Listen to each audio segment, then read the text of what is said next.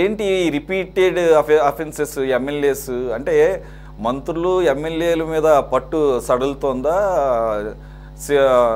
40 years industry, fourth time CM, CBN 2.0, 95 నాటి CBN చూస్తారు అని మాటల వరకేనా? లెక్కలోకి తీసుకోవడం లేదా? అందులోనూ కొత్తగా ఎన్నికైన ఎమ్మెల్యేలే భయపడకపోతే ఇంకా పాతోళ్ళేం భయపడతారు? అలాగే మంత్రులు, నేను ఈ కేసుని గురించి మాట్లాడటం లేదు, ఇన్ జనరల్గా మాట్లాడుతున్నాను. జూనియర్ ఎన్టీఆర్ గారి మీద అవాకులు చవాకులు పేలినటువంటి ఎమ్మెల్యేతో స్టార్ట్ చేస్తే మరి ఇక్కడ కొలికిపూడి గారు, నేను ఒకే గారిని కట్టలేనండి, ఆయన కొద్దిగా ఫెయిర్గాను ఓపెన్గా ఉంటాడు కాబట్టి ఆయన ఎక్కువసార్లు హోదాలోకి వస్తున్నాడు. అలాగే సీనియర్ మోస్ట్ అయినటువంటి వైసీపీ నుంచి అరువు తెచ్చుకున్నారు కదా ఆనం రామనారాయణ రెడ్డి గారు, ఆ నెల్లూరులో నారాయణ గారు ఏదో స్కూల్ అయిన కాలేజీని ఇచ్చేస్తే ఆ పేరు గురించి మాట్లాడటం ఓపెన్గా మాట్లాడితే తెలుగుదేశం పార్టీ మోస్ట్ డిసిప్లిన్ అంటారు. Where is the discipline? అంటే అరువు తెచ్చుకున్న నేతలకి మీ సిద్ధాంతాలు అర్థం కావటం లేదా? మీ పద్ధతులు అర్థం కావటం లేదా? అర్థమయ్యేటట్టు తెలియచెప్పే పరిస్థితి ఏం లేదా? లేకపోతే ఏం చేస్తారులే అన్న ఒక లెక్కలేనితనమా? నమస్కారం సార్, సురేష్ గారు. అట్లానే 24/7 ప్రేక్షకులకి, మరి డిబేట్లో ఉన్నటువంటి పెద్దలు జనసేన పార్టీ వెంకటేశ్వర గారు కావచ్చు, పెద్దలు మరి కాంగ్రెస్ పార్టీ లీడర్, ఎప్పుడూ మంచి పేరు ప్రఖ్యాతులు ఉన్నటువంటి తులసిరెడ్డి గారికి, అట్లానే పెద్దలు వెంకటేశ్వర గారు, కోటేశ్వరరావు గారికి గుడ్ ఈవినింగ్ సార్ అందరికీ. సురేష్ గారు, మీరు అడిగిన దాంట్లో ఒకటండి, క్రమశిక్షణ అనేది తెలుగుదేశం పార్టీకి పెట్టని కోట, దాంట్లో అనుమానం ఏం లేదు. మీరు గతంలో చూసుకుంటే వైఎస్ఆర్సీపీ పార్టీలో అనేక రకాలుగా ప్రతి వాళ్ళు వ్యక్తులను చంపి దూషించి అనేక రకాలుగా ఎట్లా పడితే అట్ట నోటికి ఇష్టానుసారం మాట్లాడిన వాళ్ళు, కొట్టిన వాళ్ళు, మీకు తెలుసు, మాస్క్ అడిగితేనే ఒక డాక్టర్ని చంపారు. మాకు పొలాల దగ్గర, గట్టుల దగ్గర చిన్న పేజీలు ఉంటాయండి అని ఆ ల్యాండ్ కబ్జాలు చేసిన గనులు ఉన్నారు. పార్టీ ఆఫీస్ ఎందా చేసినట్టు పార్టీ కేడర్ అంతా కూడా కులమతాలకు అతీతంగా పార్టీ ఆఫీస్ అందరూ దేవాలయంగా భావిస్తారు. దాని మీదకి వచ్చినటువంటి వ్యక్తి మీద కేసే పెట్టలేప్పుడు. ఇంకా పోతే చెప్పుకుండా పోతే చాలా ఉంటాయి. సరే, ఎక్కడైనా కొన్ని సహజం. రాజ్యాంగంలో ఎక్కడా ఒక వ్యక్తిని ఒకరు కొట్టమని చట్టంలో ఎక్కడ చెప్పలా. ఇప్పుడున్న పరిస్థితుల్లో పిల్లల్ని తల్లిదండ్రులు కూడా మందలించే పరిస్థితి లేదు. స్కూల్లో టీచర్లు కూడా విద్యార్థులు చదువుకోకపోతే ఒక దెబ్బ కొట్టే పరిస్థితి లేదు. రాజ్యాంగం, చట్టంలో అటువంటివి ఉన్నాయి. అన్నదమ్ములు కావచ్చు, బంధువులు కావచ్చు, అనేక రకాల ఒకరికొకరికి సంబంధాలు మాటల ద్వారా తప్పితే అది కూడా పరుషపరచ కాకుండా శాంతంగా చేయాలి. ఇక్కడ జరిగిన ఘటన చూస్తే అందరూ కూడా తీవ్రంగా ఖండిస్తారు. ఒక పార్టీతోటి పని లేదండి ఇక్కడ, ఏ పార్టీ అయినప్పటికీ అందరూ ఖండించేది. ముఖ్యంగా ఉద్యోగస్తుల మీద, వాళ్ళ విధి నిర్వహణలో వాళ్ళ భాగం అవి చట్టరీత్యా అనేక రకాల సెక్షన్లు ఉన్నాయి. ఇప్పటికే మన వెంకటేశ్వర గారు చెప్పడం జరిగింది. మరి ఇటువంటి సందర్భంలో ఇదే వేరే పార్టీ, అంటే గతంలో ఉన్నటువంటి అందరూ తెలుసు, వైఎస్ఆర్సీపీ పార్టీ అయితే కేసు లేదు, ఏం లేదు, ఉద్యోగస్తులను తీసుకొచ్చి ఇంకా వాళ్ళ మీద కేసులు పెట్టేవాళ్ళు, అనుమానమే లేదు. కానీ ఇవాళ క్రమశిక్షణ మారు పేరు అయినటువంటి పార్టీలు రెండు, మూడో బీజేపీ కూడా ఇదే వాళ్ళ లేదు కాబట్టి, అక్కడ వాళ్ళ మనుషులు లేరు కాబట్టి A1 A2 అనేది అది అక్కడ ఉన్న ఫ్యాక్ట్స్ ఛార్జ్ షీట్లో దాఖలు చేసి ఎఫ్ఐఆర్లో ఎవరైతే ముద్దాయిలు ఉన్నారో వాళ్ళు చెప్పిన ప్రకారం పోలీస్ వ్యవస్థ నడుస్తుంది, కానీ వేరే రకం కాదు. దీని మీద తీవ్రంగా తప్పకుండా మందలించబట్టే వాళ్ళని పిలవటం, లోకేష్ గారు సీరియస్గా వార్నింగ్ ఇవ్వటం, చంద్రబాబు నాయుడు గారు కావచ్చు, పవన్ కళ్యాణ్ గారు వీటి మీద చాలా సీరియస్గా ఉన్నారు. తప్పకుండా ఇక్కడ పార్టీ పరంగా క్రమశిక్షణ చర్యలు తీసుకుంటారు. తప్పకుండా రిటర్న్గా కూడా లెటర్ తీసుకుని రాబోయే కాలంలో ఇటువంటి తప్పిదాలు చేయమని గ్యారంటీ తీసుకోవడం జరిగింది. అదే చట్టంలో ఏదైతే ఉందో, ఎవరైతే కేసు రిజిస్టర్ చేశారో, ఎవరైతే ముద్దాయిలు ఉన్నారో వాళ్ళు చెప్పిన విధంగానే చట్టం తన పని తను చేసుకుంటూ వెళ్తుంది. దాంట్లో ఎటువంటి సందేహపడాల్సిన పని లేదు. మీరు మిగిలిన వాళ్ళ గురించి చెప్పారు. అనంతపురం కావచ్చు, నెల్లూరు కావచ్చు, అందరినీ పిలిచి ఇప్పటికే చంద్రబాబు గారు కావచ్చు పెద్దలు ఇప్పటికే కలిసి మాట్లాడటం జరిగింది. ఇటువంటి రాబోయే కాలంలో ఇటువంటి జరగకుండా ఉండాలని ఎప్పటికప్పుడు అటు పార్టీ అధ్యక్షులు కావచ్చు, ముఖ్యమంత్రి గారు కావచ్చు, లోకేష్ గారు కావచ్చు, తప్పకుండా ఎప్పటికప్పుడు తక్షణమే స్పందించి, మీరు అన్నట్టు జూనియర్ ఎన్టీఆర్ ఏంటంటే ఎక్కడ పిలిపెట్ల ఎమ్మటే పిలిచారు ఇద్దరిని, చౌదరి గారు కావచ్చు, దగ్గుబాటి ప్రసాద్ గారు ఎమ్మెల్యే గారిని కూడా పిలిచి వాళ్ళని కూడా గట్టిగా మందలించడం జరిగింది. ఇటువంటి పునరావృతం కాకుండా చూసుకోవాల్సిన బాధ్యత ఉందని చెప్పడం జరిగింది. కానీ మేము కోరుకునేది ఏంటంటే, ఒక ఎమ్మెల్యే గారు అంటే, నియోజకవర్గ ఇన్ఛార్జి అంటే వాళ్ళ మీద ఎంతో బరువు బాధ్యతలు ఉంటాయి.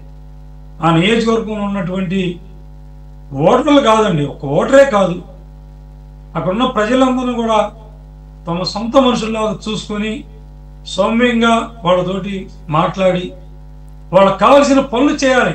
బాధ్యత అది. ఆ బాధ్యతలు విస్మరిస్తూ ఉన్నారు చాలామంది. పేర్లు కాదు కానీ ఒకరిద్దరే కాదు, కొంతమందికి మీరు అన్నట్టుగా గత పార్టీలో ఉండి కొన్ని అలవాట్లు వచ్చి ఉండొచ్చు. త్వరలో ఇక్కడ ఈ పార్టీ సిద్ధాంతాలు, ఈ పార్టీ సిస్టము నాకు తెలుసు, ఈ ప్రకారంగా తప్పనిసరిగా ఫాలో కావాల్సిందే. మేము కూడా 17-18 సంవత్సరాలుగా తెలుగుదేశం పార్టీకి అంకిత భావంతో పనిచేస్తూ క్రమశిక్షణ ఏదైతే పార్టీ ఆదేశిస్తుందో వాటినే పాటిస్తూ ఉన్నాం. ఎక్కడ పార్టీ చెప్పినటువంటి సిద్ధాంతానికి ఒక్కడు కూడా దేవుడు అనేక సంక్షేమ పథకాలు కూడా ప్రజల్లోకి తీసుకెళ్లే బాధ్యత అటు కార్యకర్తలు, ఎమ్మెల్యేల మీద ఉంది, ఎంపీలు, మినిస్టర్స్ మీద కూడా. వాళ్ళ మినిస్టర్ అయినంత మాత్రాన నేను నియోజకవర్గంలో తిరగను, ప్రజలతో మమేకం కానంటే ఊరుకోదు పార్టీ అధిష్టానం. కాబట్టి సామాన్యులాగా కలిసిమెలిసి చేయాల్సిందే. అనేక రకాలుగా సంక్షేమ పథకాలను కూడా తీసుకెళ్ళాలి. అయితే ఇక్కడ మనం డిబేట్లో ముఖ్యమైనటువంటి కార్యక్రమం ఇది కాబట్టి దాన్ని తీవ్రంగా ఇప్పటికే ఖండించారు. అధిష్టానం కూడా తీవ్రంగా మందలించింది.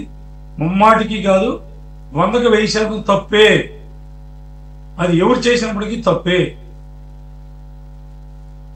అది ఇందాక పెద్దలు తులసిరెడ్డి గారు చెప్పినట్టుగా తప్పదాగితే ఏదో ఒకటి వస్తుంది, మాట తోలుతారనేది సహజం.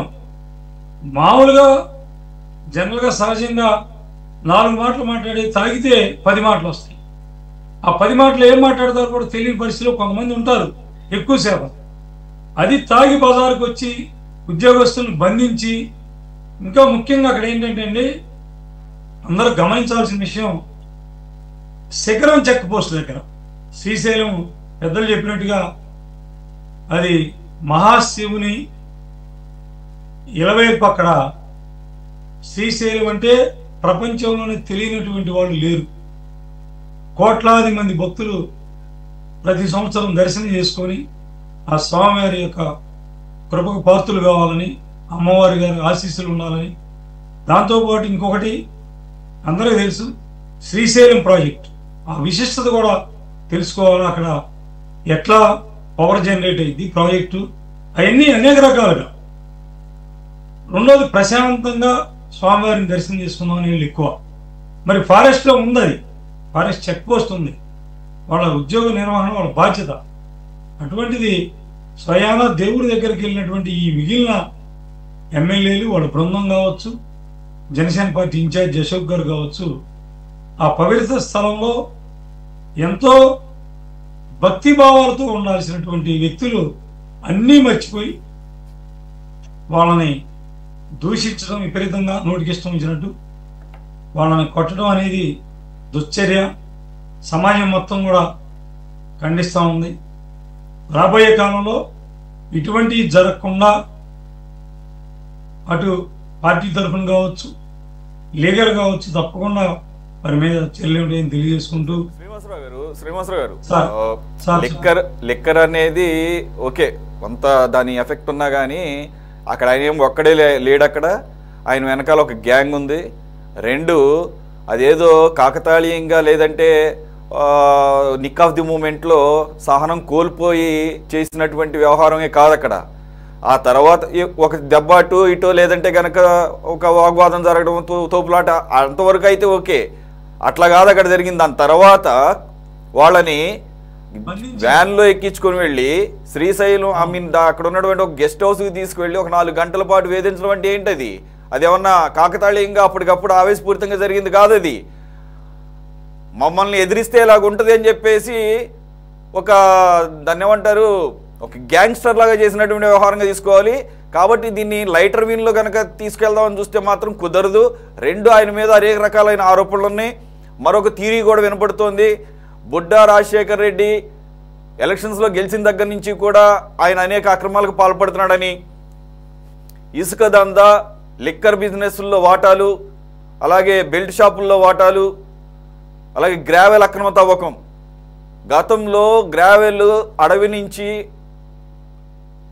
తవ్వుకెళ్తున్నప్పుడు అక్కడ ఫారెస్ట్ సిబ్బంది అడ్డగించారని, దాన్ని దృష్టిలో పెట్టుకొని అప్పుడు ఫైన్ కూడా వేశారని ఈయన చెప్పినా కానీ అటవీ సిబ్బంది తలగొక్కపోవడంతో కక్షపూరితంగా అది మనసులో పెట్టుకొని ఇది ప్లాన్డ్గా జరిగిందని చెప్పేసి అఫ్కోర్స్ వైసీపీకి సంబంధించిన మీడియా చెప్పినా కానీ దాంట్లో ఎంతో కొంత వాస్తవం లేకపోతే అటువంటి వాదన ఎందుకు వస్తుంది? శ్రీనివాసరావు గారు సార్ ప్రీ ప్లాన్ అనేది అర్థమవుతా ఉంది. మీరు చెప్పినట్టుగా వాళ్ళని తీసుకెళ్ళి ఆ శ్రీశైలం ఒక పెద్దలు కట్టించినటువంటి గెస్ట్ హౌస్లో బంధించడం అది ఆటవిక చర్యగానే భావించాలా. అటువంటి ఖండించాల్సిందే. అటు పార్టీ పరంగా మీకు ఇప్పటికే ఛానల్స్ కావచ్చు ప్రత్యక్షంగా చూశారు, మీడియాలో కూడా వచ్చింది. అంత పరుషుపాదంతో కూడా వాళ్ళని మందలించడం జరిగింది. మీరు ఇప్పటికే చూశారు. ఇంకా అంతకంటే ఒక ఎమ్మెల్యేని మందలించాలి అంటే అనేక రకాలుగా చర్యలు తీసుకోవాలి. మళ్ళీ ఇటువంటి కనుక పునరావృతం అయితే తప్పకుండా భారీగానే చర్యలు తీసుకుంటారు. మీరు అన్నట్టుగా చంద్రబాబు నాయుడు గారు ఇంకోరు చూస్తా ఊరుకోరండి. ఎట్లీస్ట్ మేము అడిగిన వాటికి ఒక డిఫెన్సివ్ మోడ్లో మీరును జనసేన పార్టీ రిప్రజెంటేటివ్ ఆయన కూడా మాట్లాడటం ఎంతో కొంత సంతోషం. ఏ డిబేట్లో గత ప్రభుత్వంలో ఉన్న వాళ్ళని ఎవరు వచ్చినా కానీ ఇప్పటికీ కూడా ఏం మాట్లాడినా అసలు అడ్డగోలుగా వాదించడం, అసలు ఏం జరగలేదు అంటాం తప్ప అడ్మిట్ చేయడం అనేది ఎక్కడా లేదు. అట్లీస్ట్ దానికి ఇచ్చేస్తూనే స్వాగతిస్తూనే కఠినంగా ఇటువంటి మాత్రం పునరావృతం కాకుండా ఉండాల్సిన అవసరం ఖచ్చితంగా కనపడుతుంది. ఇంకొకటి, ఇదేదో కాకతాళీయంగా జరిగినట్లు కనిపించడం లేదు. ఆయన మీద చాలా కంప్లైంట్స్ ఉన్నాయి. ఇదే ఒక ఆపర్చునిటీగా తీసుకొని ఆయనకి అడ్డుకట్ట వేస్తే మిగిలిన ఎమ్మెల్యేలకి ఒక వార్నింగ్ లాగా ఉంటుంది. ఇంకా 3.5 years పైన టైం ఉంది కాబట్టి plenty of time to revive and resettle your me శ్రేణుల్ని.